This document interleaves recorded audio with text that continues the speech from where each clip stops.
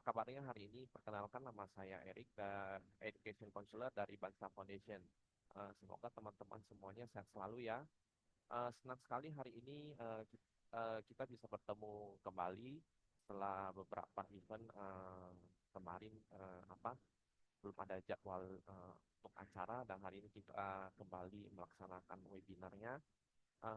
Untuk rangkaian acara pada hari ini itu berlangsung sekitar 1 jam. Dan untuk kegiatan hari ini akan membahas terkait dengan TOEIC itu sendiri. Struktur TOEIC itu bagaimana sih, untuk langkah awal menyiapkan TOEIC secara tepat itu juga bagaimana.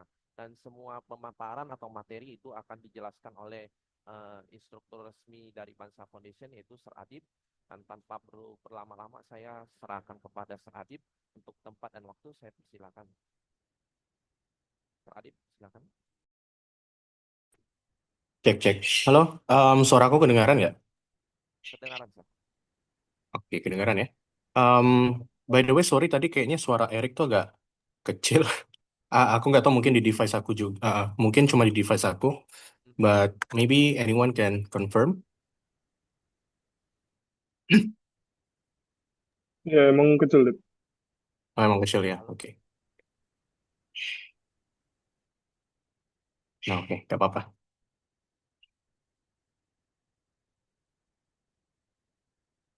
Oke, sebelumnya, good morning everyone. Selamat pagi teman-teman. Hari ini aku bakal jelasin sedikit tentang tes yang nggak terlalu populer. Sebenarnya yang nggak sepopuler tes-tes lainnya, yaitu TOEIC. Karena em, banyak dari kita, terutama orang Indonesia, menyesuaikan tes bahasa Inggris itu sesuai dengan kebutuhan kita. Contohnya ya, kenapa beberapa tes lain seperti IELTS, PTE, atau misalnya TOEFL itu demand-nya sangat tinggi? Semuanya itu pasti karena kebutuhan. Misalnya, kebutuhan kita untuk pergi ke Australia seperti WHV atau student visa, kita carinya PTE dan IELTS. Jika kebutuhan kita itu adalah pendidikan ke luar negeri, biasanya kita carinya juga IELTS. Jika kebutuhan kita itu untuk imigrasi ke Amerika, biasanya kita butuhnya malah TOEFL, TOEFL IBT atau TOEFL ITP. Nah, sekarang ada beberapa hal yang akan aku jelasin tentang TOEIC itu dulu. Pertama, kenapa kita butuh TOEIC? Terus kita juga akan menjelaskan TOEIC secara umum, kayak apa jenis sistemnya, formatnya seperti apa, dan kita bakal membahas TOEIC secara detail juga seperti seperti apa soal-soal yang ada di dalam TOEIC, skill-skill apa yang dinilai sama mereka, dan terakhir mungkin yang salah satu yang paling penting juga, yaitu gimana caranya mempersiapkan diri kita untuk tes-tes TOEIC. Tapi tenang saja, tes-tes TOEIC ini, tes TOEIC sebenarnya itu tidak terlalu berbeda dari tes-tes bahasa Inggris lainnya. Karena sama seperti tes bahasa Inggris lainnya, mereka mengutamakan kemampuan kita berkomunikasi dalam bahasa Inggris.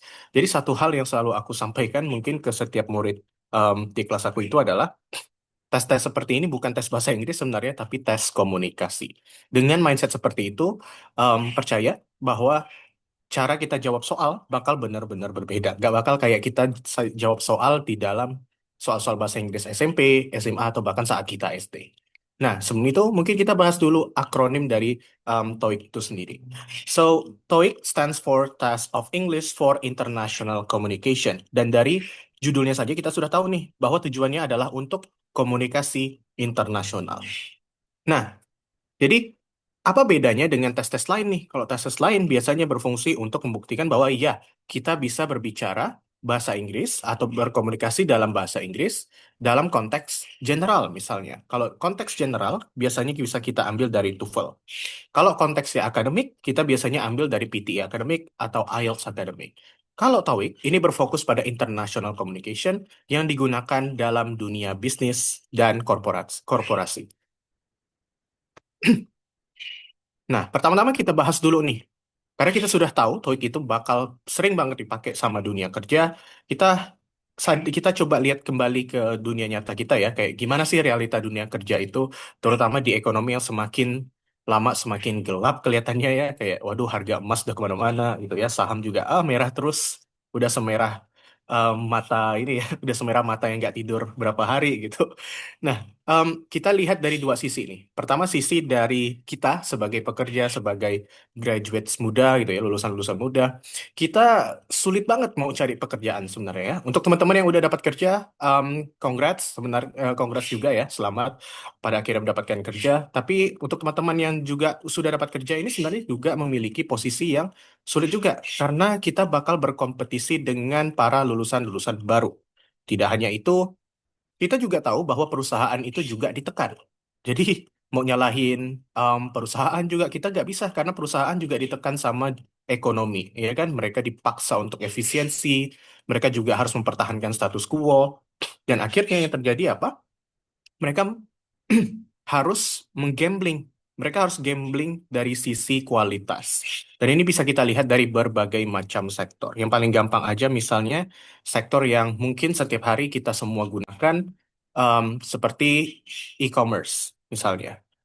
Dari pandangan aku personal dan experience aku secara personal, ada perubahan yang sangat drastis dari penggunaan Gojek dan Tokopedia. Mungkin ini aku aja, tapi personally aku ngerasa kayak Tokopedia nih kok kualitasnya makin nurun ya. Sudah makin sering maintenance, udah gitu.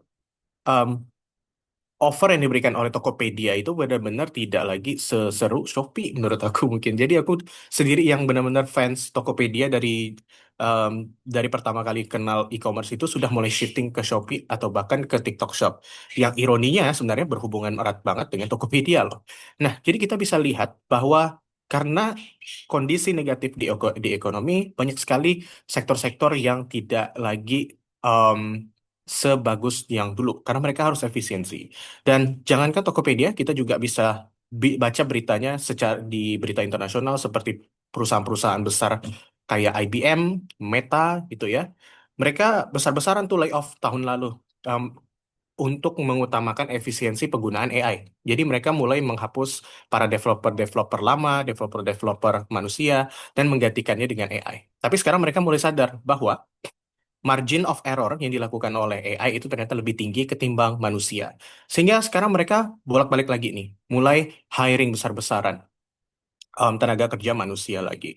Tapi dari sini aja kita udah melihat bahwa kondisi ekonomi memaksa perusahaan untuk efisiensi, akan tetapi efisiensi bakal mengancam kualitas. Nah, terus ngapain kita ngomongin tentang kualitas nih? Karena kita sebagai manusia memiliki value. Oke? Nah, value yang sebenarnya kita berikan ke dalam perusahaan, jangankan perusahaan, bahkan ke dunia nyata gitu ya, sebenarnya bukan dalam bentuk uang. Mata uang kita sebenarnya itu bukan benar-benar uang ya, bukan sebuah kertas, bukan emas, tapi kepercayaan. When we think about it, kalau kita pikir-pikir lagi, emas tuh cuma logam loh, ya kan? Fungsinya untuk apa? Bisa kita pakai untuk dimakan kah? Kalau kita berikan emas ke manusia purba, mungkin mereka nggak peduli untuk diapain itu, kan dipakai untuk pelempar em, dinosaurus mungkin gitu ya. Bahkan kayaknya batu lebih enak deh, lebih gampang nyarinya ya kan. Nah, tapi poinnya adalah alasan kenapa kita percaya emas itu mahal atau kenapa harga emas itu mahal atau bahkan mata uang suatu em, ya mata uang suatu negara itu bisa tinggi nilainya karena kita percaya nilai mereka tinggi.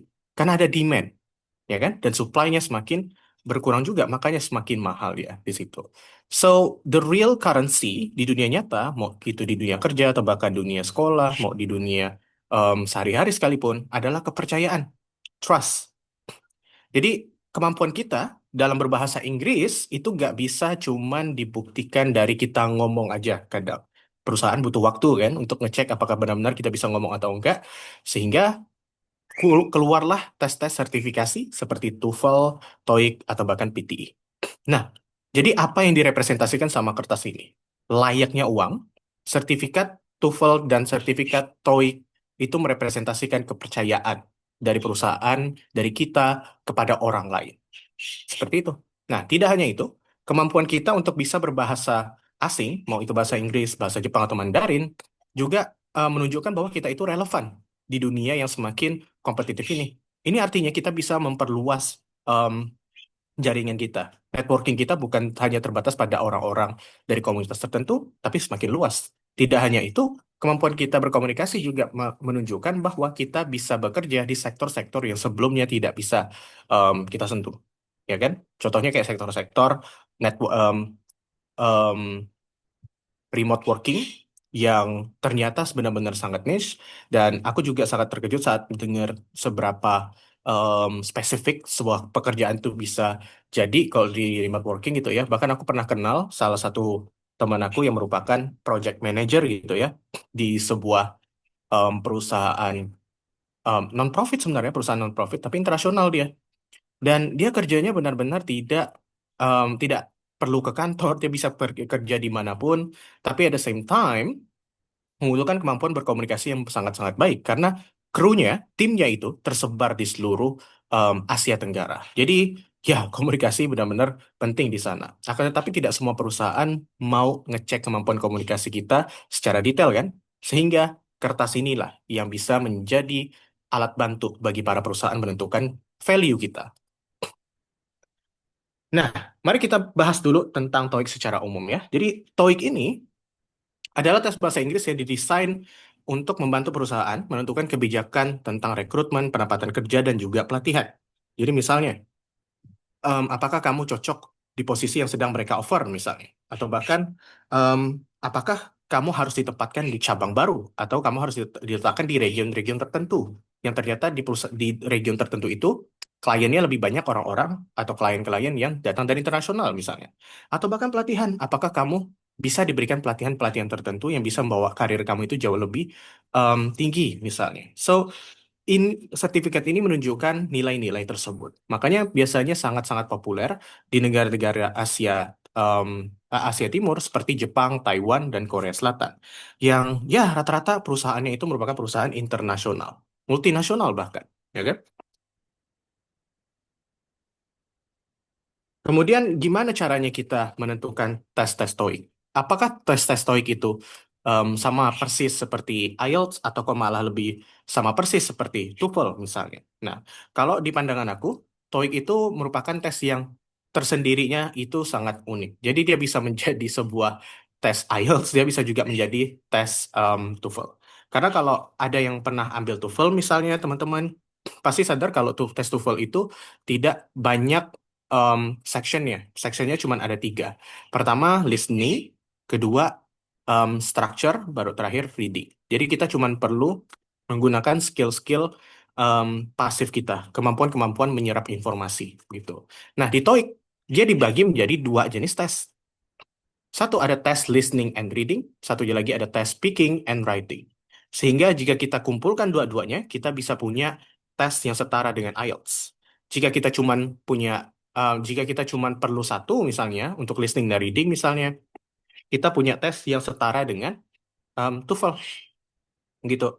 Jadi kalau misalnya kita ambil salah satu tes listening dan reading dulu, kemudian merasa kayak aku butuh speaking and writing deh, kita bisa ambil di kemudian waktu, gitu ya. Nah, bagaimana dengan formatnya? Pertama kita bahas dulu dari TOEIC yang sering banget dipakai, yaitu TOEIC Listening and Reading. Jadi sectionnya itu ada 7 totalnya. 4 di bagian listening dan 3 di bagian reading. Untuk di bagian listening itu terbagi menjadi photo description, question response, conversation, dan talks. Yang totalnya itu 45 menit. Jadi tidak terlalu panjang, bahkan nggak sampai 1 jam. Nah, untuk readingnya agak sedikit lebih lama, itu 1 jam 15 menit. Jadi jenisnya, walaupun sectionnya cuma ada 3 ya, biasanya itu lebih berat karena kita butuh kemampuan membaca cepat juga di sana, karena banyak sekali teks yang harus kita baca. Misalnya di part 5, di part 7 nih, di reading comprehension, beberapa soal di sana ada yang merupakan single passage dan ada yang multiple passage. Apa itu maksudnya? So, single passage maksudnya cuma ada satu jenis bacaan yang kita pakai untuk beberapa soal. Sedangkan untuk multiple passage, ada beberapa bacaan yang harus kita baca untuk menjawab beberapa soal. Gitu. Pada dasarnya berapa banyak bacaan yang harus kita baca. Dan kalau kita sadari ya, semakin ke bawah, semakin sulit soal-soalnya. Jadi tidak perlu khawatir, teman-teman tidak perlu khawatir mengerjakan soal-soal kayak oh yang mana yang harus aku prioritaskan dulu ya, apakah yang part 4 dulu, apakah soal-soal yang jauh-jauh dulu nih, nggak perlu. Kita cuma perlu kerjakan dari awal sampai akhir. Jika soal-soal yang di awal itu terasa mudah, makanya artinya memang itu sesuai dengan level kita. Oke? Nah, coba kita lihat dulu soal yang pertama, yaitu photo description. Jadi di setiap jenis soal photo description, kita bakal diperlihatkan sebuah gambar. Nah, akan tetapi nanti di soal-soal seperti ini tidak bakal banyak tulisan. Bahkan kalau nggak salah itu nggak ada tulisan sama sekali kalau aku ingat-ingat lagi. Nah, yang akan muncul cuman pilihan jawaban A, B, C, dan D. Jadi, listening kita harus benar-benar diperbaiki nih. Kalau ada teman-teman yang listeningnya agak kurang confident ya, saran aku sekarang mulai dilatih. Dan nanti aku juga bakal jelasin gimana cara ngelatihnya. Tapi pada dasarnya, saat kita melatih sebuah listening, kita nggak boleh berfokus pada kata kunci saja. Jadi kita nggak boleh berfokus pada kata-kata yang diucapkan sama em, speakernya. Lah, terus kita fokus pada apa? Kan katanya listening ya. Nah, kita fokusnya pada meaning, pada makna. Ini yang biasanya sulit dibentuk sama kita orang Indonesia karena kita berfokus pada sesuatu yang lebih instan. Kita pengen cepet banget kan ngerjakannya dan kita nggak paham nih secara garis besar apa yang mereka ucapkan. Nah, jadi misalnya di gambar yang pertama ini ada dua orang sedang berdiskusi dan salah satunya mungkin merupakan em, seniornya mungkin gitu kan atau bahkan mereka berdua ini sedang mesan sesuatu. Apakah secara konteks mereka ini sedang ada di dalam kantor, restoran, atau di ruang tunggu misalnya?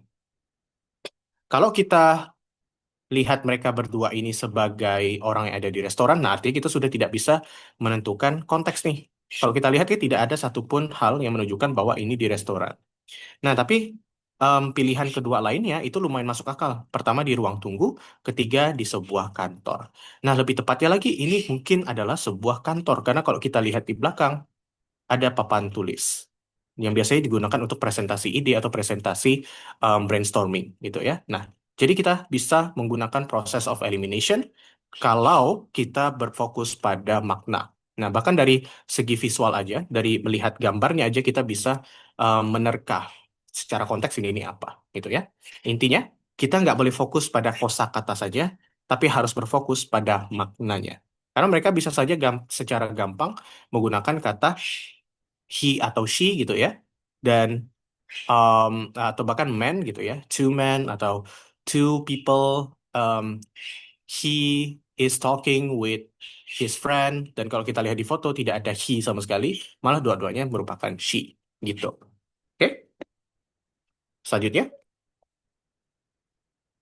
di question part 2. Di part 2 sama seperti di part satu kita tidak akan diberikan banyak sekali soal, jadi cuma ada pilihan A, B, dan C. Nah, di soal-soal seperti ini kita bakal mendengarkan sebuah pertanyaan atau statement. Oke, ada yang sebelumnya pernah ngambil soal PTE mungkin? Ada yang pernah ngerjain PTE sebelumnya? Kalau kita cerminkan ke soal PTE ya, ada soal speaking yang namanya itu respond to a situation, di mana kamu akan ditanyakan sebuah pertanyaan dan harus langsung jawab pertanyaan tersebut. Nah, di situ kan pertanyaannya secara verbal ya, dan jawabannya juga harus secara verbal. Di sini cuman perlu dijawab secara tertulis. Jadi kita cuma perlu pilih aja salah satu. Kita diberikan pilihan. Karena fokusnya bukan memproduce language, bukan menciptakan sebuah komunikasi, tapi menyerap informasi. Apakah kita paham pertanyaan dan juga pilihan jawaban yang diberikan sama mereka. Jadi ibarat ya, kamu ngerjain soal pilihan ganda, tapi dibacain sama orang gitu. Nah, by the way, perlu diingat bahwa semua soal yang ada di dalam listening ini cuma diputar satu kali saja. Kita tidak punya kesempatan kedua untuk dengerinnya. Oke? Kalau kesempatan kedua biasanya itu cuma ada di soal-soal SMA, kalau aku ingat ya, masih diputar dua kali. Tapi kalau di soal-soal bahasa Inggris sekarang ini udah gak ada lagi yang diputar sampai dua kali. Nah, part 3 dan part 4. Ini aku gabung saja karena sebenarnya ya part 3 dan part 4 itu memiliki em, bentuk yang kurang lebih sama. Mereka akan memutar sebuah audio yang lumayan panjang, tapi bentuknya berbeda. Nah, jika di part 3, bentuknya itu bakal berupa conversation. Kalau misalnya di part 4, bentuknya bakal berupa talks. Oke, ada yang bisa jelasin nggak maksudnya talks ini apa kira-kira?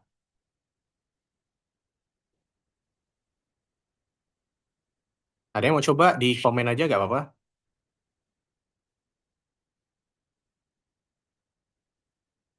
Oke, kalau misalnya kita bandingkan ya dengan conversations, kita tahu kalau conversations itu ada dua orang. Kalau talks, however, it means that, wait, ada yang jawab ya? Hanya satu orang yang ngomong gitu. Betul, Mr. Carmel atau Miss, aku nggak tahu ya. Betul banget, Kak Carmel. Jadi kalau talks, cuma ada satu orang yang ngomong. Kalau misalnya kita pernah nonton video TED Talks di YouTube, nah, makanya namanya talks, oke? Walaupun pakai S doesn't mean that there are multiple people that are talking gitu ya, bukan. Tapi maksudnya adalah sebuah seminar atau sebuah monolog gitu. Jadi challenge-nya apa? Bukannya lebih gampang yang part 4 ya artinya, kalau cuma satu orang yang ngomong. Nah, kalau misalnya dibandingkan dengan conversation, biasanya kalau talks itu bakal lebih pack informasinya, bakal jauh lebih kompres. Jadi satu topik bakal dibahas secara dalam, secara tajam, dan biasanya berbentuk deskripsi. Jadi kalau misalnya di conversation, kita masih bisa dengar pendapat-pendapat yang bentuknya itu informal, yang soal-soal yang cara deskripsinya juga sangat-sangat informal. Kalau di talks biasanya tidak lagi informal. Semuanya merupakan formal language dan biasanya juga menggunakan academic collocations. Nah, ini yang biasanya menjadi challenge bagi banyak orang karena mereka tidak terbiasa menggunakan academic collocations. Tapi nggak apa-apa, kayak yang aku bilang tadi, di part 1, part 2, dan part 3 itu bakal jauh lebih mudah daripada part 4. Gitu. Semakin jauh kita ngerjain soalnya, semakin susah soalnya. Jadi saran aku, kerjakan semaksimal mungkin di soal-soal yang menurut kita tuh gampang. Oke, nanti di bagian terakhir, jika kita punya banyak waktu, kita bisa spend more time to understand those questions. Nah, tapi hati-hati, karena kalau kita lihat dari jumlah soalnya aja bisa sampai ratusan nih ya. Biasanya kalau udah masuk ke part 4, dan ini I'm talking from experience as well, 45 menit itu sangat-sangat lama. Dan aku benar-benar ngantuk di soal nomor 70-an waktu itu, kalau nggak salah. Enggak, 80-an. Di soal 80-an itu udah ngantuk banget. Dan disitulah letak challenge-nya. Seberapa lama kamu bisa dengerin orang nih ngomong. Nah, jadi sebenarnya gini hitungannya udah latihan kita ya. Sama kayak di kantor, kalau kita di kantor dengerin rapat ya sama, ya kan? Jadi ya dia nggak cuma ngetes kemampuan kita berbahasa Inggris, tapi kemampuan bersosialisasi kita di kantor. Oke, that's just a joke. Nah, bagaimana dengan reading section? So, reading section tidak dibagi lagi, tidak diulang lagi dari part 1, tapi lanjut ya, dianggap sebagai part 5, 6, dan 7. Kalau di part 5, itu lumayan gampang. Kita cuma perlu menjawab close questions atau incomplete sentences. Nah, kalau kita lihat soal di sini misalnya. Jamal Naswat has received top performance reviews, bla bla bla bla bla. He joined the sales department 2 years ago. Pilihannya despite, accept, since, dan during. Kalau kita bisa bandingkan 4 pilihan ini, kita sadar nih kalau 4 pilihan ini sebenarnya memiliki bentuk yang sama. Apalagi nomor 103 ini kan. Gion Corporation's continuing education policy states that blah blah blah blah blah learning new skills enhances creativity and focus. Jawabannya semuanya sama-sama reguler. Cuman bentuk-bentuknya saja yang berbeda. Jadi apa sih yang dicari sama soal-soal incomplete sentences ini? Pertama, kemampuan kita memahami grammar. Jadi ya, grammar juga bakal dinilai, terutama di bagian reading. Kalau misalnya kita nggak tahu perbedaan antara regular, regularity, regulate, dan regularly, itu bakal susah. Jadi kalau misalnya di soal ini ya, nomor 103, Gion Corporation's continuing education policy states that Nanana learning new skills enhances creativity and focus. Kita nggak bisa berfokus pada masing-masing kata untuk jawab soal ini. Oh, nggak bisa. Kita harus berfokus pada makna. Ada mungkin teman-teman yang bisa bantu aku, maybe, menjelaskan makna dari soal nomor 103. Ada yang mau coba? Aku hitung sampai 5 aja ya biar nggak terlalu awkward. 5, 4, 3, 2, 1. Oke. So, kalau kita berfokus pada kata-kata, kita nggak bakal ketemu nih pilihan jawabannya apa. Tapi kalau kita berfokus pada makna, artinya kita coba interpretasi kalimat ini mau ngomongin apa. Jadi, sebuah perusahaan sorry, Gions Corporation Continuing Education Policy. Oh, enggak, ini kebijakan pendidikan yang berlanjut dari korporasi Gion menyatakan bahwa belajar, Nanana belajar skill baru, meningkatkan kreativitas dan fokus. Kalau kita pakai regularity learning new skill, kurang cocok. Karena regularity itu adalah sebuah noun. Learning new skills enhances creativity and focus. learning new skills. Ini bisa kita anggap sebagai sebuah subjek. Ini adalah sebuah frasa. Learning new skills artinya mempelajari skill baru. Kalau kita artinya ini adalah sebuah tindakan kan? Sebuah tindakan yang sudah menjadi subjek. Nah, kita harus cari kata yang tepat untuk melanjutkan kata learning new skills tersebut. Kalau kita pakai regular, cocok nggak? Ternyata cocok. Karena regular merupakan adjektif yang menekankan bahwa learning new skills regularly, nah sama seperti secara regularly. Terus kenapa kita nggak pilih regularly aja? Regularly learning new skills enhances creativity and focus. States that regular learning new skill. Oh ya betul, regularly, sorry, bukan regular. Kenapa kita nggak pakai regular? Artinya karena learning new skills merupakan tindakan dan regularly itu merupakan adverb. Oke, sorry ya. Adverbnya itu di bagian D dan cocok banget kita pakai untuk yang learning new skill. Belajar skill baru secara reguler, bukan belajar skill baru reguler. Gitu. Sorry, belum selesai. Nah, jadi kita bisa lihat di part 5 itu susah juga ternyata ya kalau kita lihat-lihat ya. Terus apa yang membedakan dia dengan part 6? Jadi kalau kita bisa bandingkan, part 5 bakal sedikit lebih mudah daripada part 5 bakal sedikit lebih mudah daripada part 6. Jika kita lihat part 6, notice bahwa soalnya itu digabungkan menjadi satu paragraf panjang. Artinya kita tidak bisa lagi berfokus pada satu kalimat saja. Kita bisa baca satu kalimat berulang kali dan coba berfokus pada satu kalimat itu aja, ya kan? Tapi kalau di part 6 ini artinya kita harus kita harus memahami seluruh paragrafnya. Nah, ini yang bikin ribet. Makanya aku bilang tadi, walaupun mirip, mereka sama-sama Mereka secara progresif itu akan semakin susah. Kayak gitu. Nah, bagaimana dengan part 7 sekarang? Gimana bentuknya? Jadi part 7 itu pada dasarnya sama persis seperti soal-soal IELTS, sama persis seperti soal-soal TOEFL pada umumnya. Kita diberikan sebuah bacaan, biasanya bacaannya juga sama, dari bacaan yang mudah, yang sangat umum, semakin spesifik dan semakin ribet biasanya. Makin jauh, semakin ribet. Tapi um, esensinya sama. Baca soal, pilih jawaban yang paling tepat. Nah, saran aku di skill ini, di part 7, kita memerlukan dua skill yang biasanya kita gunakan di semua jenis reading section, yaitu skim reading and scan reading. Kalau teman-teman sadar, di part 5 dan part 6 itu, kita menggunakan dua skill tersebut. Di part 5, kita menggunakan skill yang kita sebut sebagai scan reading, yaitu baca secara intensif. Kita baca berfokus pada detail. Kalau di part 6, kita harus baca secara ekstensif. Kita harus paham makna keseluruhan paragraf tersebut. Nah, ada sedikit elemen scan reading, tapi nggak terlalu banyak. Kalau di part 7, kita memerlukan dua-duanya. Jadi strategi terbaik adalah skim reading dulu secara paragraf. Kita pahami garis besar paragrafnya, baru kita eliminasi jawaban menggunakan teknik scan reading, yaitu baca secara intensif. Nah, gimana sistem scoring reading dan listening? Ingat, karena tes TOEIC itu dibagi jadi dua, listening reading dan speaking writing, mereka memiliki sistem scoring yang juga berbeda. Kalau misalnya di reading dan listening ini, skill yang pasif gitu ya, skornya lumayan straightforward. Jadi makin banyak skor yang kita dapatkan, makin tinggi nilai kita. Ya, kayak tes TOEFL, kayak tes kita di sekolah juga. Bahkan jujur aja kita bisa koreksi sendiri sebenarnya. Nah, tapi mungkin yang teman-teman penasaran itu adalah gimana sistem penilaiannya, gimana level kamu kalau misalnya dihitung menggunakan skala CEFR.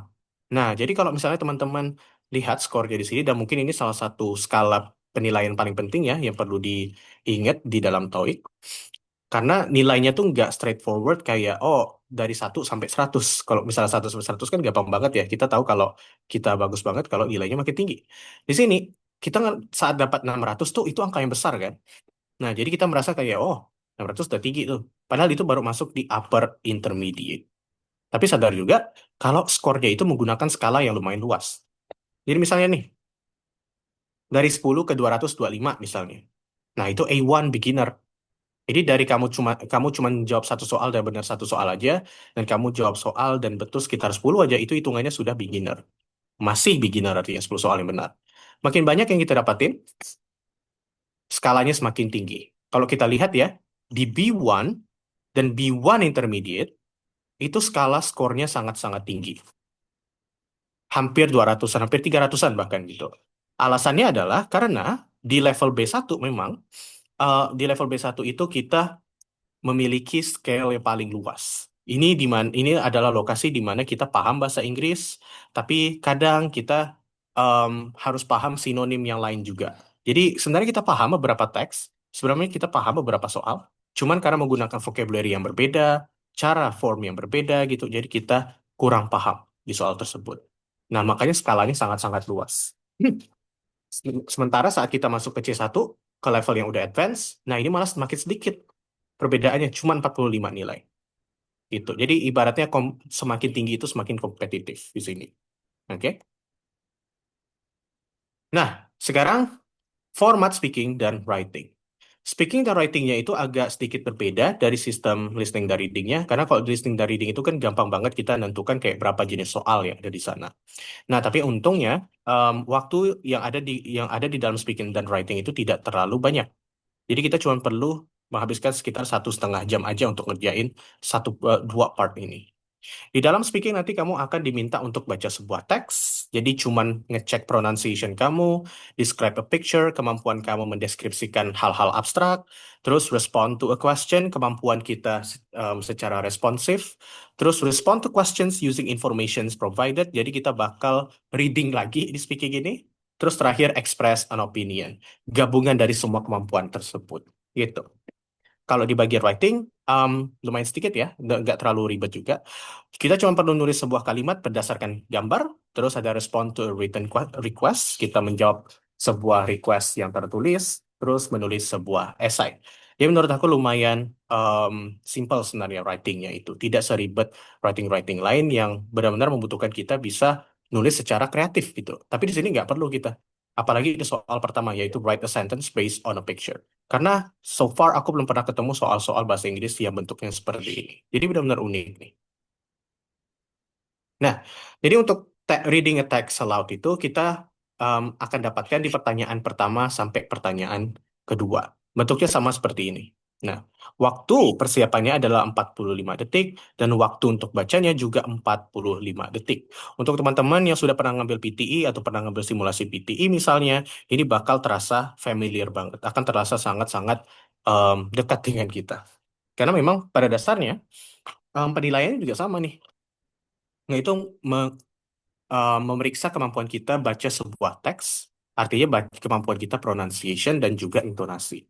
Jadi ingat aja nggak boleh baca seperti robot, kita nggak boleh baca seperti robot. Kita harus paham kapan kita harus berhenti pakai titik, kapan pakai koma, dan apa makna beberapa kata yang ada di kalimat tersebut. Oke, tapi kita nggak perlu paham keseluruhan makna enaknya. Nah, di question 3 dan question 4 itu kita bakal diminta untuk mendeskripsikan sebuah gambar. Jadi mirip-mirip dengan soal yang ada writing tadi gitu ya. Cuman kali ini kita harus menggunakan mulut kita. Jawabannya harus berupa lisan, bukan tulisan. Nah, di sini kita bakal diberikan waktu 45 detik juga untuk persiapan, tapi mendeskripsikannya cuma 30 detik. Untungnya ya cuma 30 detik ya, jadi gak banyak banget nih yang harus kita jelasin. Nah, saran aku, gunakan teknik um, general to specific. Jadi kita coba jelasin dari yang luas banget, kita jelasin dari backgroundnya, kita jelasin dari warna misalnya kalau ada, rata-rata sih kemungkinan besar gak ada warna by the way. Jadi kita fokus menjelaskan kayak di belakang ada apa, di depan ada apa, di tengah ada apa. Dan kalau misalnya kita bingung, jelasin detail-detail yang bisa kita temukan. Misalnya dalam gambar ini. Informasi umumnya adalah, ini adalah sebuah pasar, for example. This is a picture of a market. Apakah kita bisa tentukan marketnya di mana? Adakah bendera yang bisa kita gunakan? Nggak ada. Tapi kita bisa ceritakan bahwa there are many people in this market. They are choosing the fruits that they want to buy. They mainly focus on selling fruits and vegetables. Ada vegetables, tapi udah kesebut, nggak apa-apa, biarin. And then, kita bingung nih. Bingung mau jelasin apa lagi. Nah, kita lihat detail-detailnya. We can see there are bananas that are being hanged on the stall. Above the stall, we can also see an umbrella with multiple colors. Misalnya kayak gitu, kita jelasin detail-detailnya. Oke, intinya tidak boleh diam terlalu lama, tidak boleh bingung, dan tidak boleh baca terlalu cepat juga. Because if we talk too fast, kita menyia-nyiakan banyak sekali waktu. Kalau kita ngomong terlalu cepat, kita bakal kehilangan informasi yang penting-penting nanti. Oke? Selanjutnya. Sekarang respond to questions. Jadi ada dua jenis respond to questions. Di respond to questions yang pertama, kita cuma diberikan sebuah pertanyaan. Tapi pertanyaannya diberikan secara lisan. Jadi kita tidak akan baca pertanyaan tersebut. Oke? Kita cuma dengar sebuah pertanyaan. Misalnya pertanyaan-pertanyaan yang ada di contoh ini ya. How often do you watch television? Nah, itu langsung kita jawab tuh selama 15 menit. 15 detik. Oke? Dan nanti bakal dilanjuti lagi pertanyaan baru. What kinds of programs do you usually watch? Nanti lanjut lagi setelah kita jawab. Describe your favorite television program. Nah, kalau ada yang udah pernah ngambil IELTS, ini bakal familiar di part 1. Karena pada dasarnya, ini adalah sebuah interview. Ini pertanyaan-pertanyaan interview part 1 speaking IELTS. Nah, cuman enaknya kita nggak bakal ditanyakan sama manusia. Jadi, selama proses speaking, kita nggak akan ketemu manusia sama sekali, apalagi di computer based test. Kita bakal dinilai, kita bakal menjawab soal ini di depan sebuah komputer. Jadi nggak ada ketemu manusianya sama sekali. Nah, terus gimana sistem penilaiannya? Nanti bakal kita bahas sistem penilaiannya gimana.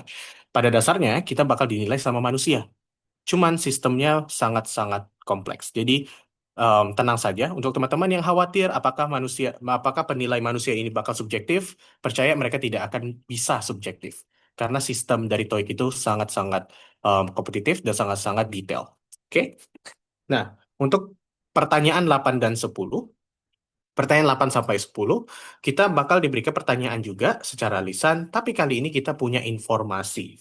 Jadi di sini kemampuan reading, skim reading kita itu juga bakal dites. Oke? Kita punya waktunya 45 detik saja. Jadi secepat mungkin pahami dasar-dasar informasinya. Tips yang bisa aku ajarin mungkin cuman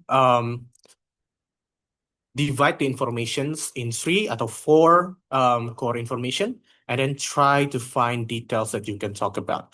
Temukan pattern, temukan pola yang bisa kita gunakan. Kalau nggak ketemu pola, itu bakal susah nginget informasinya.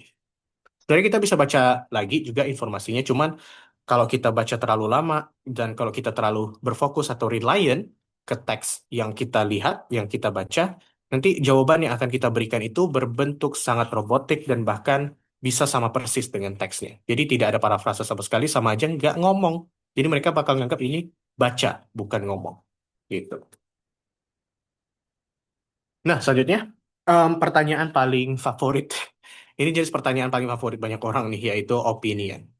Oke, I'm saying that with an irony, by the way.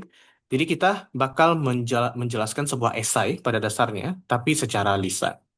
So, salah satu bentuknya bisa seperti ini.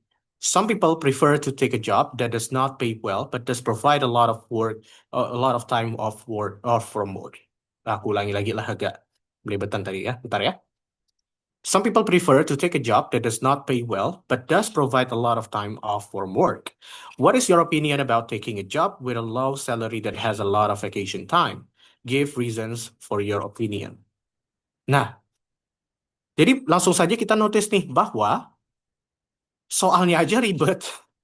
Gimana kalau kita nggak nangkep semua informasi tersebut? Jadi listening pun bakal memainkan peran penting di sini. Apakah jawaban kita tepat? Nah, jadi pertama, anggap soal-soalnya ini memiliki 3 bagian. Bagian pertama adalah pernyataan, bagian keduanya itu pertanyaan, dan bagian ketiganya adalah formalitas pertanyaan biasanya. Buktinya di mana? Coba kita lihat bagian pertama, pernyataan esai tersebut. Some people prefer to take a job that does not pay well, but does provide a lot of time off from work. Pada dasarnya membahas tentang beberapa orang tuh ada yang suka pekerjaan yang gajinya sedikit, tapi memiliki fleksibilitas. Jadi kalau misalnya kita fokus ke meaning, ini yang kita tangkap. Ada orang yang lebih memprioritaskan fleksibilitas daripada gaji. Nah, kalau misalnya kita nggak nangkep 100% maknanya, apakah masih ada kesempatan lain? Masih ada. Kita dengar dari pertanyaannya. What is your opinion about taking a job with a low salary that has a lot of vacation time? Itu kesempatan kedua kita untuk paham background dari pertanyaan esainya. Jadi kalau kita cuma lihat pertanyaannya aja, itu udah cukup sebenarnya. What is your opinion about taking a job with a low salary that has a lot of vacation time? Give reasons for your opinion. Sometimes kalau kita sedikit suka challenge gitu ya, kita bisa bahas dua-duanya. We can talk about why some people prefer to take a job that does not pay well but have more salary, more vacation time. And we can also talk about jobs that pays very high but requires a higher demand for work misalnya, yang membutuhkan lebih banyak jam kerja misalnya. Tapi gajinya oke. Kita ceritain aja menggunakan our own experience. Menurut aku kalau udah masalah speaking yang berbentuk abstrak seperti ini, di mana kita harus mendeskripsikan sesuatu yang abstrak, kita harus membahas dari hati. Oke? I know it sounds cheesy, tapi ya lebih enaknya itu membahas dari hati, karena kalau kita berpikir secara logika, it takes time, gitu. Jadi kita harus find the proper balance between using heart and brain di sini. Kita menggunakan brain saat menentukan apakah informasi ini gampang dijelaskan atau terlalu ribet. Nah, kita menggunakan heart saat merasa kayak idenya apa ya? Ada nggak experience yang bisa aku ceritain? Nah, kayak gitu cara nyeritainnya. Oke? Dan tenang saja, kamu nggak perlu banyak sekali ngomong karena waktu yang diberikan cuma 60 detik juga. Nah, tetapi ingat, persiapannya tidak lama. Persiapannya cuma 45 detik juga. So ya, saran aku ngomong dari hati aja. So we don't take too much time thinking. Intinya jangan overthinking kalau di soal-soal seperti ini.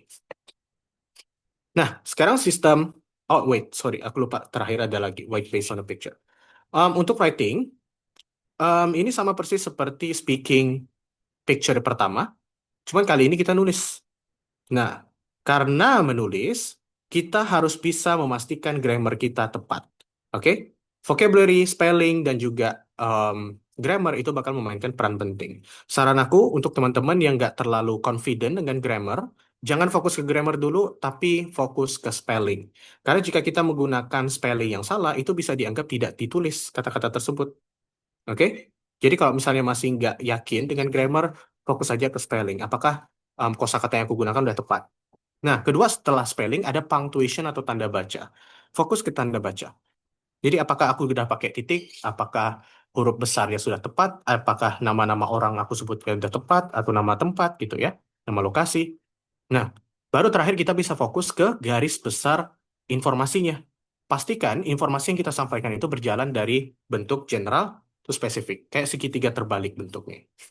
Oke, dan ini masih bisa menggunakan teknik yang sebelumnya aku ceritakan juga, yaitu ceritakan dari secara umum, yaitu ini tempat apa, ada banyak gak apa subjek-subjeknya, baru kita ceritakan detailnya. Kayak subjeknya itu adalah apa, berapa jumlahnya secara detail, atau bahkan warna jika kita bisa ceritakan, walaupun kemungkinan besar tidak. Terus jangan masukin informasi yang sangat-sangat subjektif saran aku. Misalnya overall this is very beautiful misalnya, nah itu nggak ada informasinya kan, itu sebuah informasi yang sangat subjektif. Jadi kita nggak bisa anggap itu sebagai deskripsi yang akurat. Oke? Kita bisa ceritakan detail-detail dari background, middle ground, dan juga foregroundnya. Jadi apa yang ada di belakang, di tengah, dan di depan. Nah, untuk dua part terakhir yang ada di dalam writing, jadi kita notice pertanyaan writing itu nggak banyak, cuma ada 8 ya. Untuk pertanyaan question 6 dan 7, kita bakal merespon sebuah permintaan tertulis. Jadi ibaratnya kayak kita menjawab essay, menjawab sebuah email. Kalau teman-teman pernah ngambil PTE Core atau IELTS General Training, ini sangat-sangat mirip. Karena kita disuruh menjawab sebuah email biasanya. Nah, tapi ingat, semua soal ini akan minta kamu untuk melakukan sesuatu yang agak sedikit lebih detail kadang.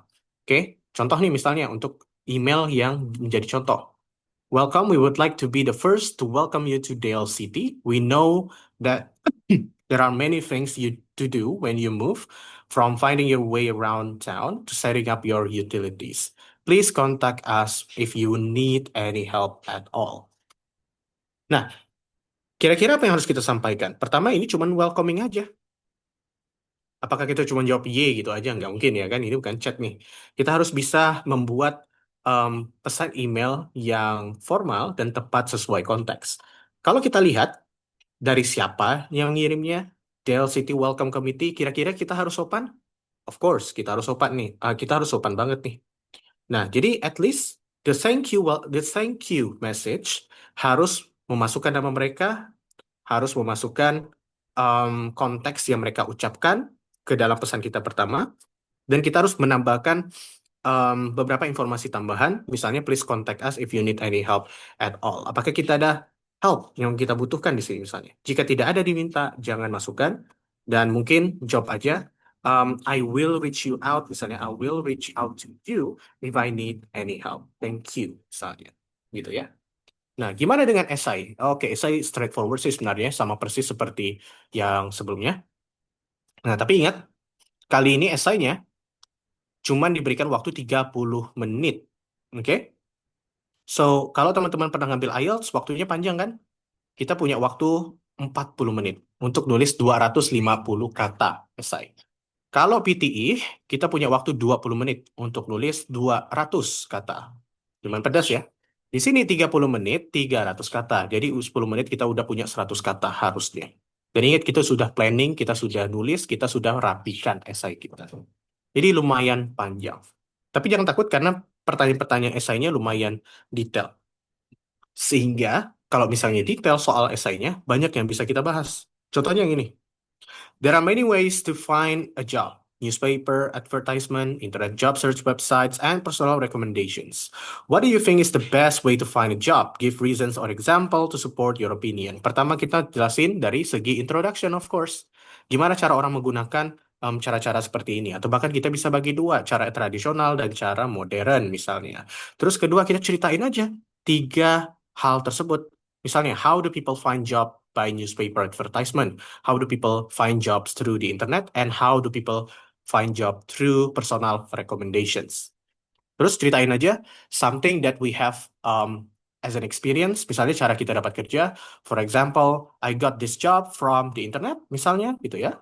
Kita ceritain aja. Finding a job from the internet has its benefits, but also has its own disadvantages. Ceritain aja, banyak banget yang bisa kita bahas.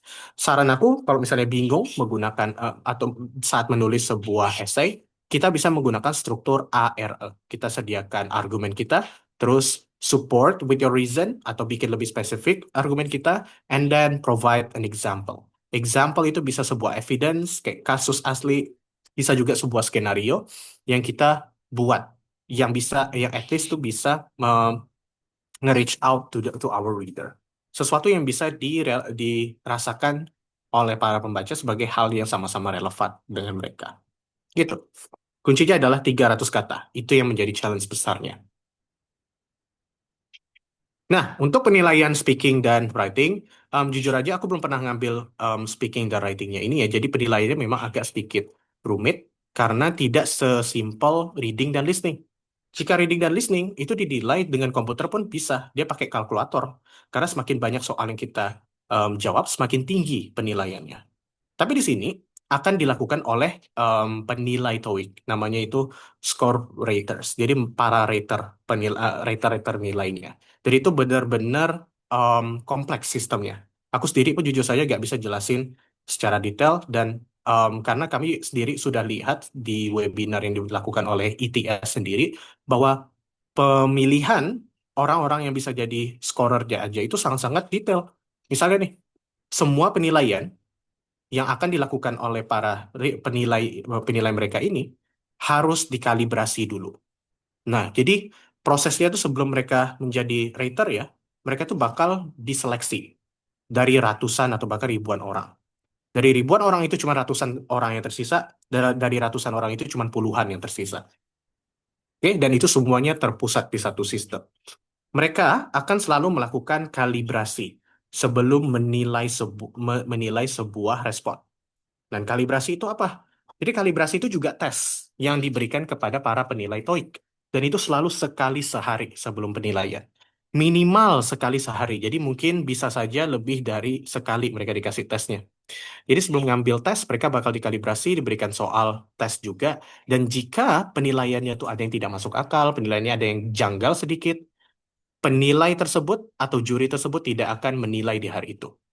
Nah, jadi semua manusia penilai ini akan dipastikan sama standar penilaiannya. Nah, terus poin apa lagi yang bisa bikin penilaian TOEIC ini benar-benar objektif. Jadi penilainya tidak akan tahu wajah kamu seperti apa, tidak akan tahu kamu ini yang mana, karena penilaiannya dilakukan secara acak.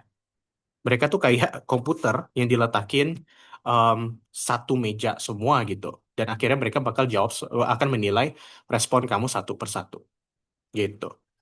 Kalau kita lihat dari speaking score range-nya itu, mereka totalnya 200. Tapi ada range tambahan yang ada di dalam writing.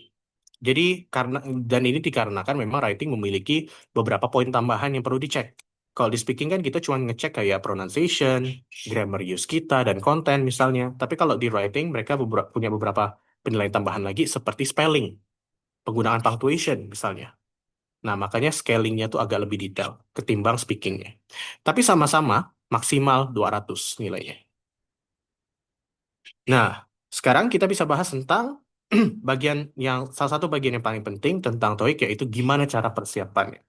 Jadi aku nggak um, paling gampangnya sih sebenarnya persiapannya bisa dilakukan sama kami Bansa Foundation karena kita juga udah berpengalaman ngajarin ngajarin TOEIC dan kita juga pernah ngambil TOEIC juga semua tutornya.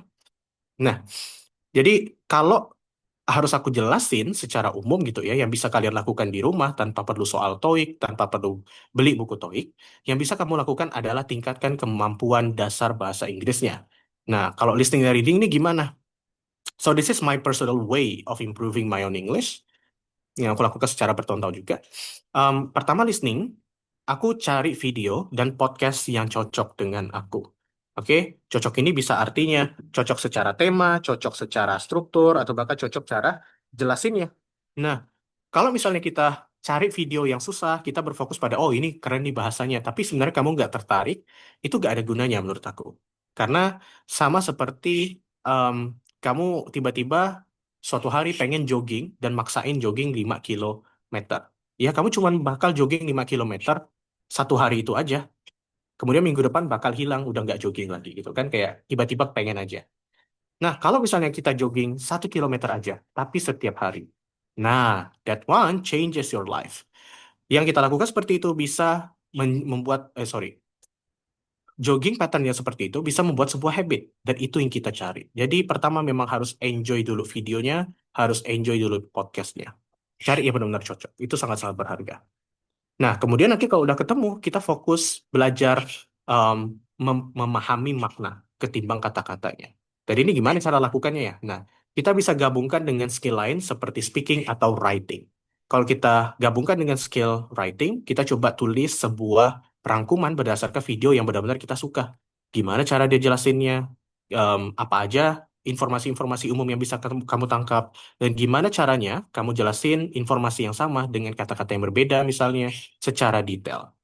Mindset yang aku selalu pakai itu adalah jelasin informasi yang rumit seperti kamu lagi jelasin ke adik kamu atau ke keponakan kamu gitu. Karena kita terpaksa harus menggunakan bahasa-bahasa yang lebih simple. Nah, itu dasar dari summarization. Terus terakhir, kita bisa latihan visualisasi informasi untuk membantu ingatan kita. Ingat, listening di TOEIC itu membutuhkan ingatan juga. Karena kalau kita lihat di soal-soal pertama tadi, tidak ada soal yang bisa kita baca. Jadi kita benar-benar listening pilihan-pilihan jawabannya. Misalnya dia lagi baca jawaban A, B, dan C nih. Jawaban A bisa saja sudah kita lupakan saat dia lagi baca soal C. Pilihan jawaban C. Jadi kita nggak bisa pilih yang mana yang cocok. Gitu. Makanya, em, salah satu cara terbaik agar listening kita itu retensi listening kita itu lebih tinggi, kita harus belajar visualisasi.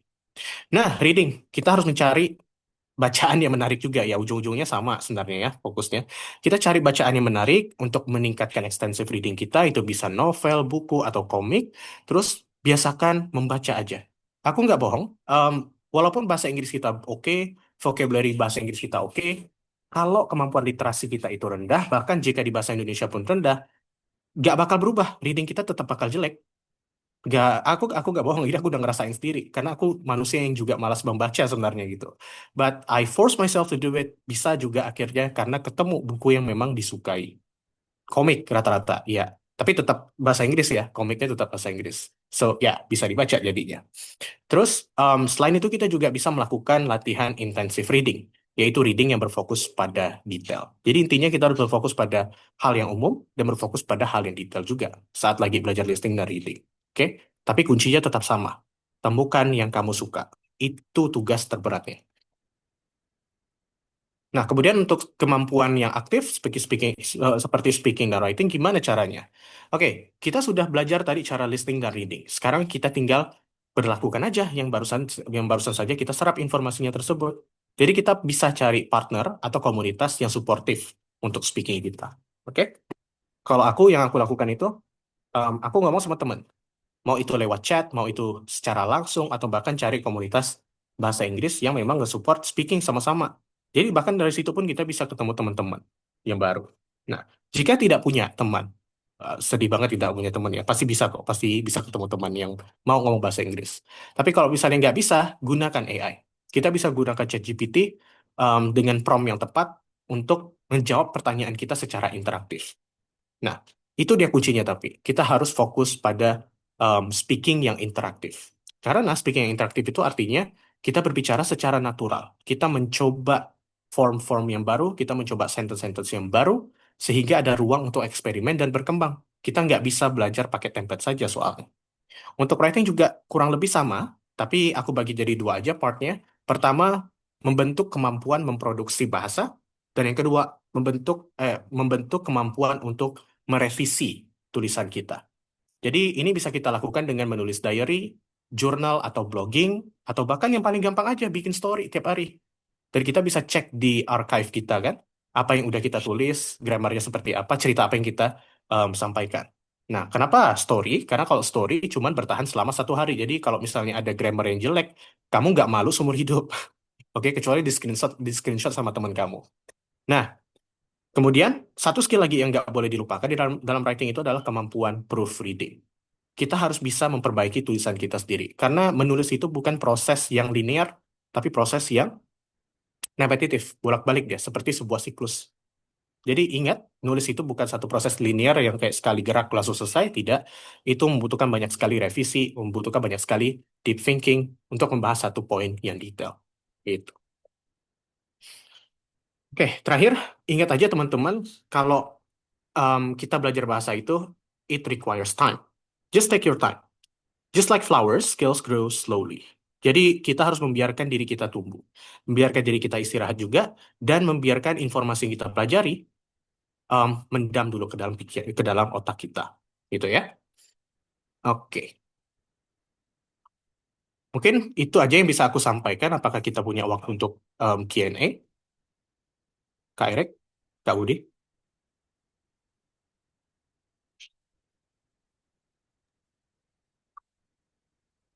Oke, thank you Sir Adib untuk penjelasan Sorry, dan Erik, materi. mic-nya. Ya.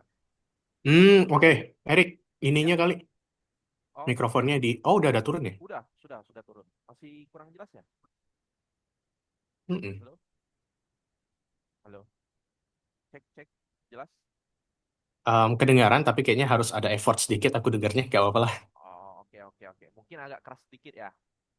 Mm-mm. Itu bagus tuh. Oke, oke. Terima kasih Sir Adib untuk penjelasan materinya tentang TOEIC ya. Mungkin kita akan memasuki sesi tanya jawab dari teman-teman. Apakah ada yang ingin ditanyakan?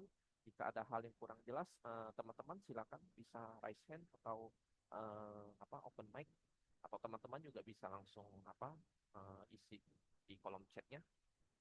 Anyone, teman-teman, ada yang ingin ditanyakan?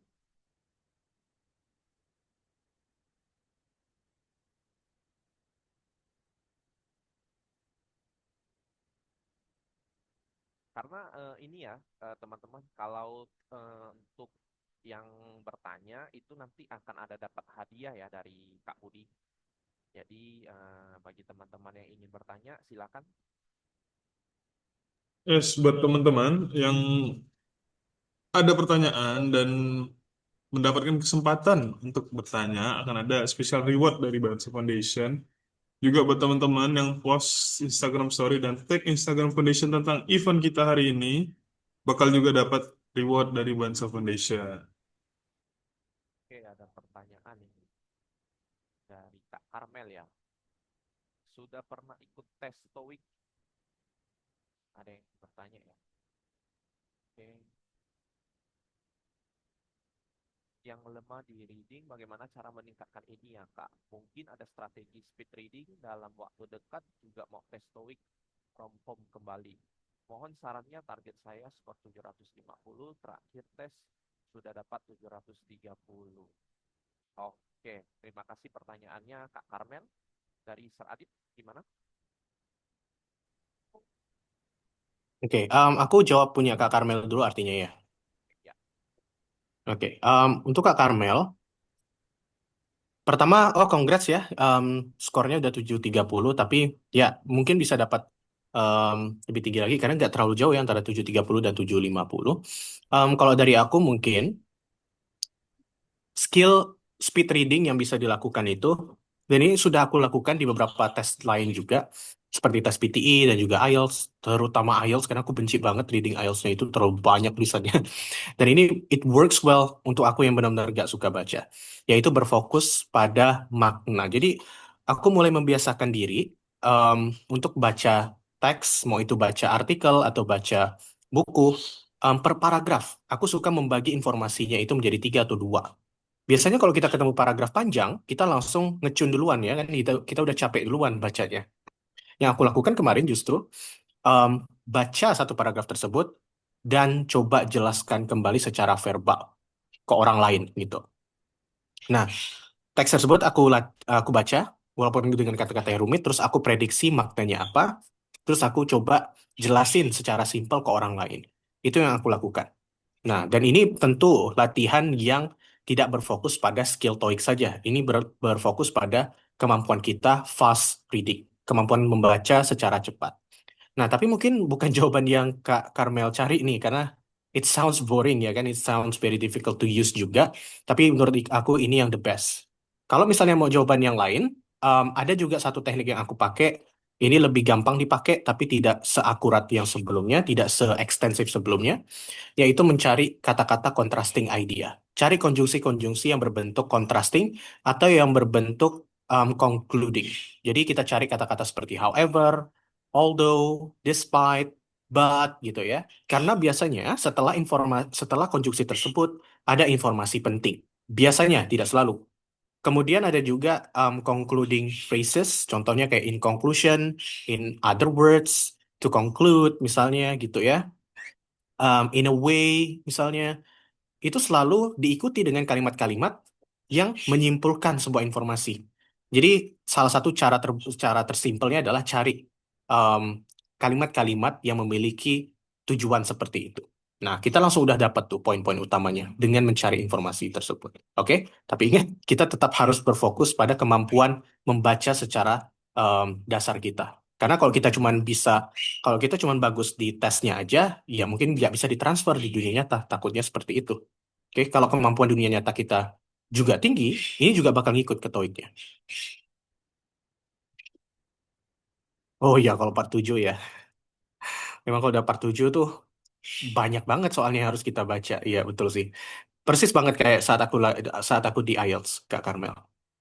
Nah, hopefully it answers the question ya, Kak Karmel. Selanjutnya, apakah aku jawab pertanyaan Kak Saiful, tapi nggak ada pertanyaannya di sini? Apakah mau diberikan secara verbal? silakan Kak. Oke, sama-sama Kak Karmel. Halo, selamat siang, Sir Adit. Oke, selamat siang Kak Saiful.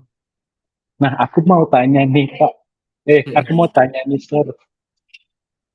Eh, eh, apakah kita perlu ikut kelas persiapan TOEIC nggak sih, Sir, kalau kita mau tes TOEIC ini? Apa nggak perlu? Soalnya kan Hmm, secara skill hanya dua skill seperti itu ya. Nah, mm-mm. Apakah perlu atau enggak perlu ya? ya, Oke. makasih ya, Sir. Selamat Oke, siang. sama-sama Kak Saiful. Jawabannya mungkin nggak expect ya mungkin ya yang didengar ke sama Kak Saiful ini, yaitu tergantung orang. Jadi aku personally aku nggak pernah ngambil kelas IELTS ataupun kelas PTE dulu ya. Aku nggak pernah ngambil kelas PTE ataupun kelas IELTS sebelumnya, dan em, alhamdulillah waktu itu aku dapat IELTS 7. Tapi sayangnya apa? Karena aku nggak ngambil kelas, karena aku mencoba belajar sendiri gitu ya.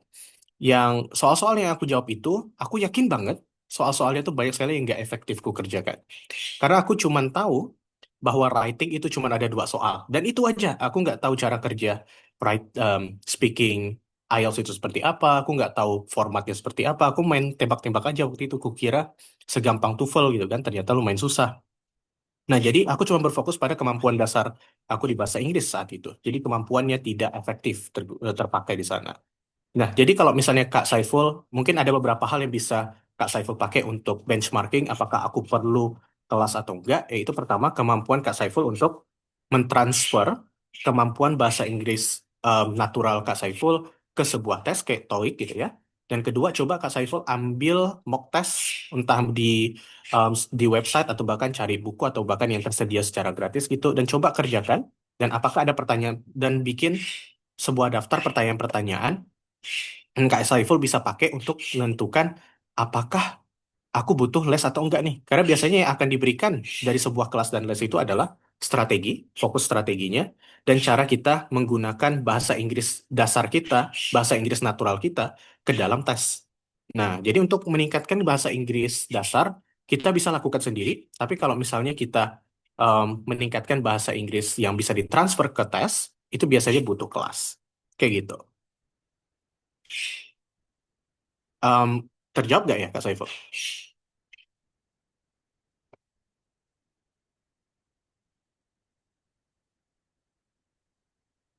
Oke, semoga terjawab ya. Oke, sudah terjawab. Oke, terima kasih Kak Saiful. Ada lagi pertanyaan yang bisa aku jawab? Oh iya, sama-sama Kak Saiful. Ada, Sir. Good Pertanyaan luck ya dari belajarnya. pertanyaan Dari dari siapa, Kak Erik? Bila. Kak Bila, Sir. Ini, Kak Bila. Oh wait, aku ya, Kak, buka chatnya dulu. ini ya, saya bacakan ya, Sir. Kak, izin bertanya dong, kalau sudah ambil reading and listening test, harus ambil writing and speaking test juga, Kak? Oh, enggak. Kalau dari pengalaman pengalaman aku enggak. Tergantung kebutuhan. Jadi kalau misalnya perusahaan atau misalnya ada scholarship yang sedang kita kejar itu mintanya cuman TOEIC reading dan listening, ya kita cuman perlu ambil reading dan listening. Tapi nanti beberapa instansi ada yang butuh kemampuan speaking dan writing juga. Ya, misalnya kayak kalau kita kerja di sektor perusahaan yang bergerak di turisme dan kita bekerja di departemen yang berhubungan langsung dengan para klien misalnya. Ya tentu kita perlu kemampuan speaking. Kita perlu ada sertifikat yang membuktikan kita bisa speaking. Tapi kalau kita bekerja di perusahaan-perusahaan yang banyak klien internasionalnya, tapi bekerja di balik layar, kayak misalnya kita kerja di administrasi atau di finance gitu, kita nggak perlu speaking dan writing. Jadi sesuaikan lagi dengan kebutuhannya. Nah, untuk beberapa orang tuh biasanya kesulitan ngambil tes-tes seperti ini karena um, melihat ini ya, melihat harga dan skill yang harus dilakukan. Jadi misalnya perusahaan cuma minta kita bisa baca dan mendengar, reading dan listening gitu ya. Tapi harus tingkat tinggi nih. Jadi kita ngambilnya IELTS. Sayang dong, kita juga harus belajar writing, kita juga harus belajar speaking, tapi yang dipakai cuman reading dan listening, misalnya gitu. Nah, jadi um, TOEIC ini membagi tesnya itu jadi 2 untuk menyelesaikan masalah-masalah seperti ini. Ibaratnya kayak tes yang dibentuk secara modular. Kalau kita butuh speaking dan writingnya kita ambil, kalau nggak butuh jangan. Jadi kita harus benchmark sendiri nih, menentukan sendiri apakah kita bakal perlu atau enggak. Rata-rata untuk scholarship, kalau nggak salah aku ya, butuh 4 skill ini. Rata-rata scholarship pasti butuh kita bisa baca, bisa dengar, bisa ngomong, dan bisa nulis. Karena kalau nggak bisa kita buktikan, kita bisa ngomong dan menulis, mereka nggak yakin kalau kita bisa lulus dari universitas sana. Ya, karena kita kan bakal nulis penelitian juga ya di sana. Gitu. Hopefully that answers the question, Kak Bila.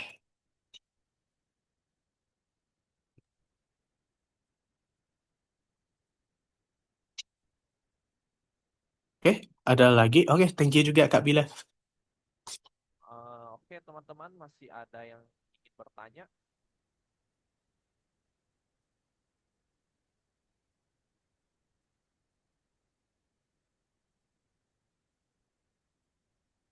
Mungkin sudah tidak ada pertanyaan lagi ya, teman-teman ya.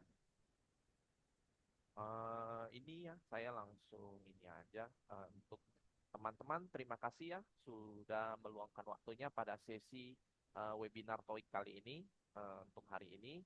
Terima kasih juga kepada Sir Adib yang telah memberikan penjelasan atau pemaparan tentang TOEIC itu sendiri.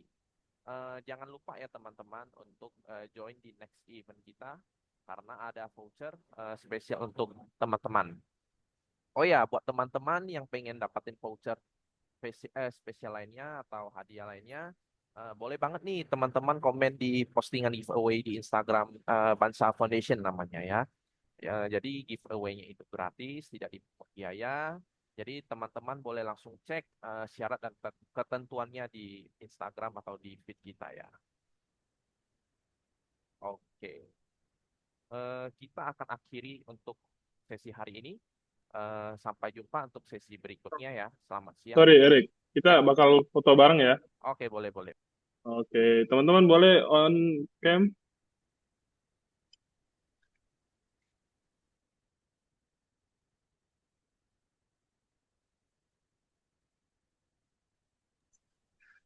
Oke, dalam hitungan 3 ya. 1, 2, 3. Oke, thank you. Oke, sudah ya Kak Budi ya?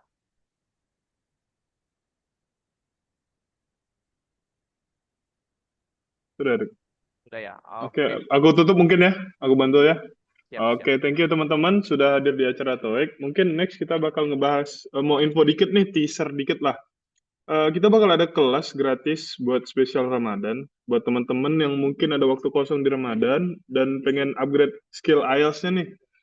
Nah, nanti jangan lupa pantengin IG, Instagram Bansa Foundation, dan join di programnya. Terima kasih, mungkin sekian dari kami. Terima kasih, selamat siang. Happy weekend, guys. Happy weekend, selamat siang guys. Happy weekend, guys. Ya.